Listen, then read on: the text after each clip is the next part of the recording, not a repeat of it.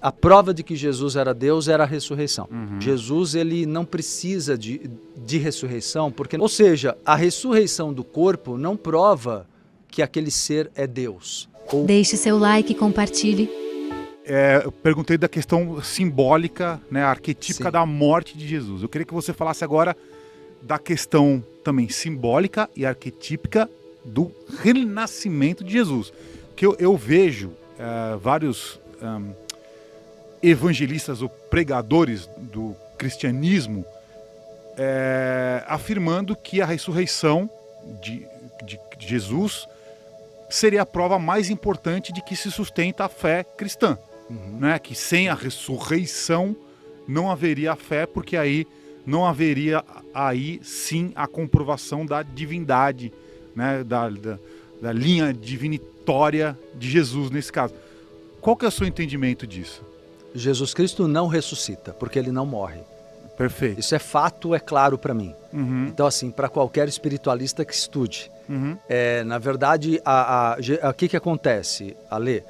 Vamos contextualizar aí, porque é importante. A Igreja Católica surge em 324 por um imperador romano, não por um religioso.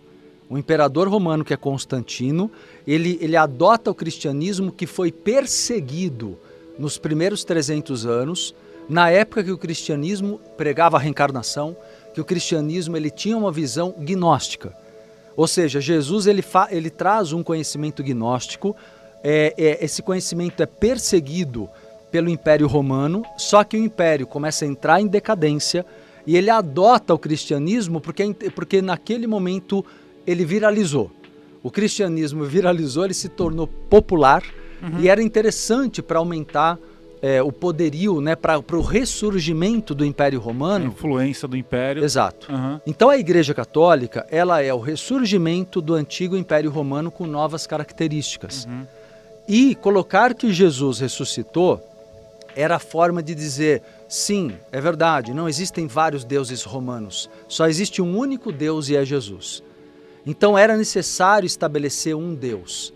Eles não poderiam dizer que Jesus era um ser como qualquer um, iluminado, como eu disse, evoluído, mas um ser humano comum que reencarnou várias vezes. Isso não causaria o que causou. Exemplo. Vamos lá, no Império Romano, o imperador era Deus na Terra. É verdade, sim, sim. O Papa, ele não é o Deus na Terra, mas ele é o representante deste. Você entende o nível de poder?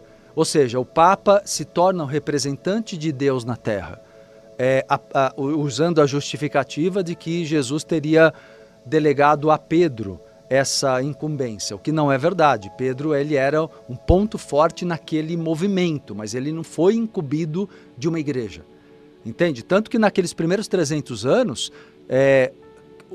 era muito forte Paulo era muito forte na construção dos núcleos religiosos e Tiago, não Pedro, entende? A igreja reaviva Pedro, porque é interessante, pegando algumas passagens ali sugestivas, e ela adota a ideia de que ela é intermediária da humanidade para com Deus. E que Jesus, a prova de que Jesus era Deus era a ressurreição.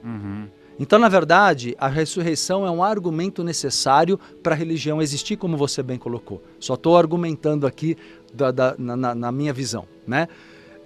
Para mim é muito claro, Jesus ele não precisa de ressurreição, porque na verdade, como eu acabei de dizer, se você vai no Google, tem pessoas ali que morrem, ficam ali 24, 48 horas, casos comprovados aí, pessoas que ressurgem no momento de um velório ou então no hospital, às vezes até no IML. Ou seja, a ressurreição do corpo não prova que aquele ser é Deus ou um filho de Deus. Isso é um fenômeno que pode ocorrer por N razões. Raro. Fenômeno raro, sim. Raríssimo, mas pode acontecer por N razões biológicas, tá? Não é isso que importa. Eu até vejo, Ale, como um grande materialismo. Você colocar no corpo o argumento dele ser Deus. Eu acho que não está no corpo, está na alma, está no sentimento, está no poder de transformação desse ser. Então, na verdade, o que ele vem mostrar na realidade é que não há uma ressurreição de fato, mas há o renascimento da sua consciência a partir do momento que você abre mão, que é a morte mística. Você abre mão do teu eu inferior, ou seja, as ilusões do ego, do materialismo, dos apegos. Então você passa a entender que você é Deus, não com arrogância. Você é Deus porque você é vida, entende? Porque você parte de Deus, todos somos gotas de Deus, né? Centelhas divinas. E nesse sentido, todos somos uma partícula de Deus vivendo uma experiência individual humana, entendeu?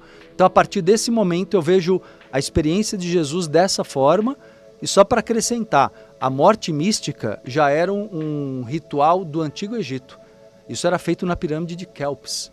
Então eles faziam ali um rito iniciático que durava 3 dias. Aquela coisa de falar que Jesus ressuscitou ao 3º dia é uma junção de informações do ritual da morte mística que existe desde o Antigo Egito.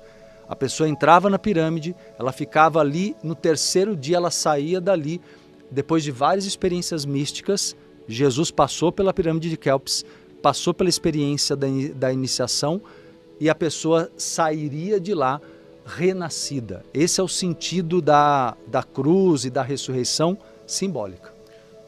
Então a morte mística seria a morte do eu inferior, que é o ego. Perfeito. É isso. Então isso. Ser humano que entrasse na pirâmide, como ele sairia depois? Como na prática, como que você entende isso? Na prática acontecia assim, eles havia todo um ritual ali, com sacerdotes egípcios. A pessoa era conduzida pela câmara, pelos corredores ali internos. Você sabe que a pirâmide de Quéops, ela nunca foi um local para enterrar o faraó. Não existia ali, né? Nunca foi. Tanto que existe uma caixa de pedra na câmara do rei, que ela é enorme, ela foi colocada primeiro lá e não tem tampa. E não teria como a tampa sair, porque a entrada tem 1 metro quadrado, é uma coisa muito pequena. O que eu quero dizer com isso? Era um local ritualístico, não era um local para enterrar um faraó, para colocar um faraó ali. Então algumas pessoas escolhidas, eram conduzidas ali. Ali elas eram untadas de óleo, óleos essenciais. E ali elas bebiam também chás, né, que eram, na verdade, traziam alucinações ou efeitos de adormência, e a pessoa saía do corpo. Então a pessoa ficava ali do 1º ao 2º ao 3º dia. E ela tinha experiências fora do corpo, de viagem astral. Ela acessava dimensões umbralinas, primeiramente, e ali ela ia perceber, com a ajuda espiritual, como ela superaria o ego dela, porque o umbral é o mundo das ilusões do ego. É interessante isso, o umbral não deveria existir. O umbral é uma anomalia.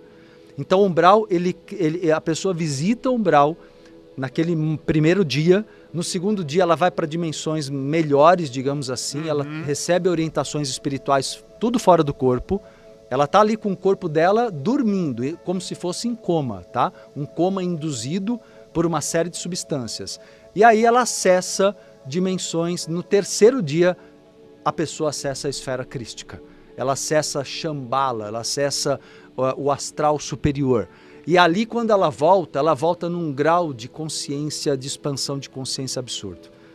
E aí as pessoas entram novamente, os sacerdotes ajudam, que a pessoa está ali totalmente fora do ar, ela é auxiliada a sair da pirâmide, e aquele ritual completa anos e anos de estudos e vivências meditativas para alcançar o Cristo interno, o despertar do Cristo interno. Então essa experiência na pirâmide de Quéops é fascinante e talvez, muito provavelmente, aqui eu vou colocar como suposição, não dá para agora ter certeza, a não ser que vocês lembrem, mas muitos de nós talvez tenhamos passado por isso em outras vidas. Porque é uma coisa que todas as pessoas que são muito dedicadas à espiritualidade provavelmente viveram naquela região e tiveram essa experiência também. Foram milhares e milhares de anos. Vamos lembrar que a pirâmide de Quéops não se sabe até hoje exatamente a datação dela. Antigamente falava assim em 5.000 anos, hoje se fala em 10, 12, chega a se falar em mais do que isso. Então a pirâmide de Quéops é um resquício do período de Atlântida. Ela realmente não é algo comum ali na região. Não é como outras pirâmides menores que foram realmente construídas para serem sepulcros ali, túmulos dos faraós ou de nobres, né, daquele tempo. É que sempre a galera cientificista está sempre tentando tirar o lado místico das pirâmides, né? Aquilo ali é uma coisa normal, foram os escravos e aí super simples, fizeram aquilo ali do dia para noite e é isso mesmo, não tem nada de misterioso, era só para enterrar lá. Mas eu até estava vendo que tem um estudo novo agora que eles analisaram a corrosão da esfinge e eles viram que a pedra que está lá, ela foi corroída por água e não Exato. por ventos ou areia ou sei lá, né, o clima desértico. Então assim, foi água que corroeu as áreas externas das pedras das esfinges. Então assim, é uma coisa muito, muito até difícil de entender isso, não é? Como é que pode... É muito antigo, né? A configuração geográfica era outra. É isso que você está dizendo, né? A configuração geográfica ali era outra. E outra coisa, né? Dentro disso que você está falando, já está comprovado que existem câmaras dentro da esfinge e câmaras dentro da pirâmide que ainda não foram acessadas. Uhum. Existem muitas áreas ali que não foram acessadas e realmente querer reduzir aquilo a um túmulo de um ser não cabe.